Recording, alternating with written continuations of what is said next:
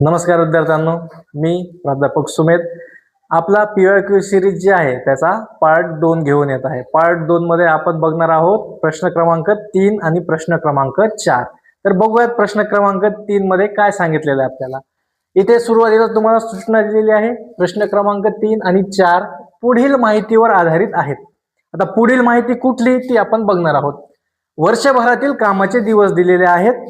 इथे काही कर्मचारी दिलेले आहेत ABCDE आणि वर्ष दिलेले आहेत 2018, 19, 20, 21 आणि 22. आणि ह्या वर्षातील कर्मचाऱ्यांच्या कामाचे दिवस ह्या सारणी मार्फत आपल्याला दिलेले आहेत.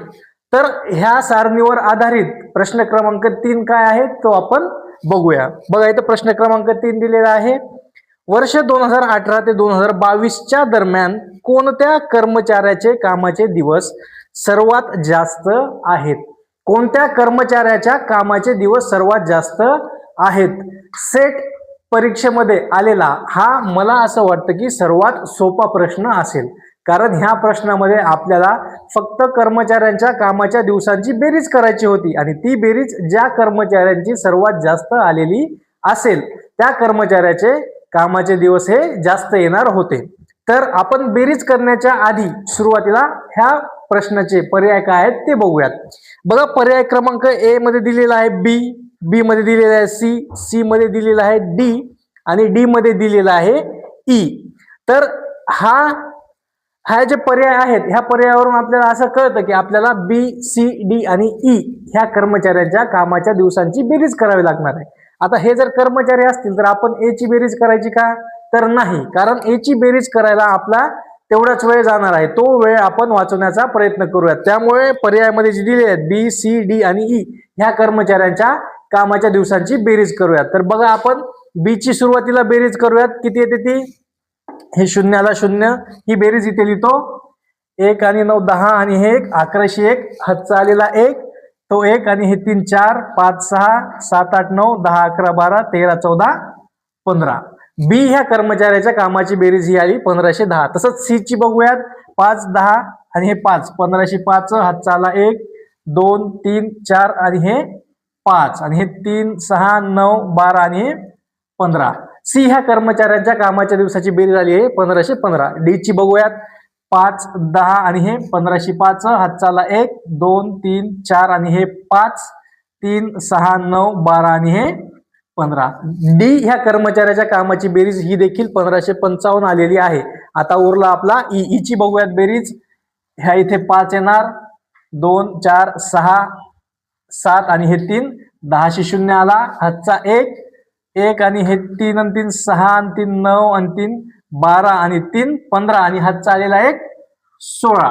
तर कर्मचारी E ह्याच्या कामाच्या दिवसांची बेरीज ही येते 1605. तर ह्या बेरजेवरून आपल्याला असं दिसून येतं की कोणत्या कर्मचाऱ्याचे कामाचे दिवस सर्वात जास्त आहेत.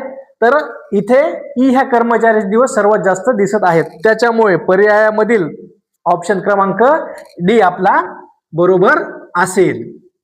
E ह्या कर्मचाऱ्याचे कामाचे दिवस सर्वात जास्त आहेत. तर आता ह्याच सारणीमधील आपण चौथा प्रश्न बघूयात. तर बघा पर्याय प्रश्न क्रमांक 4 काय आहे तो आपण बघूयात. प्रश्न क्रमांक 4 मध्ये दिलेला आहे 2018 ते 2022 दरम्यान कोणत्या कर्मचाऱ्यांचे कामाचे दिवस एकूण समान आहेत.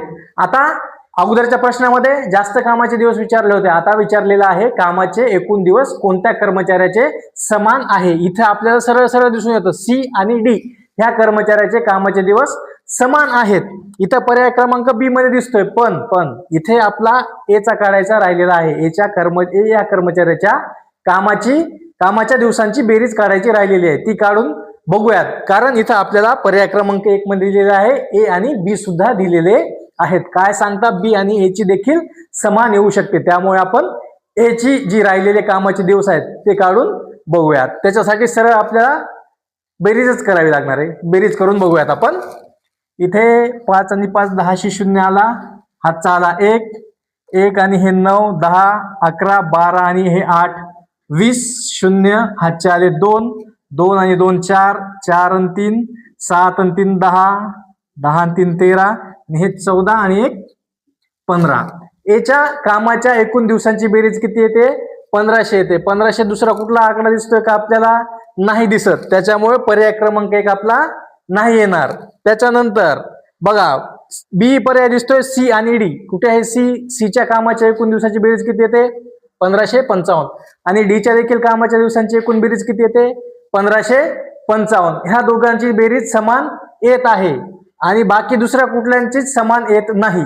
त्याच्यामुळे आपल्याला आपलं उत्तर भेटलेलं आहे, ते म्हणजे पर्याय क्रमांक 2 बी जे काही दिलेलं आहे. सी आणि डी ह्या कर्मचाऱ्यांच्या कामाचे दिवस एकूण समान आहेत. तर हे असे होते आपले प्रश्न क्रमांक 3 आणि 4. ह्याच्या पुढचे प्रश्न आपण पुढच्या भागामध्ये बघूयात. थँक्यू.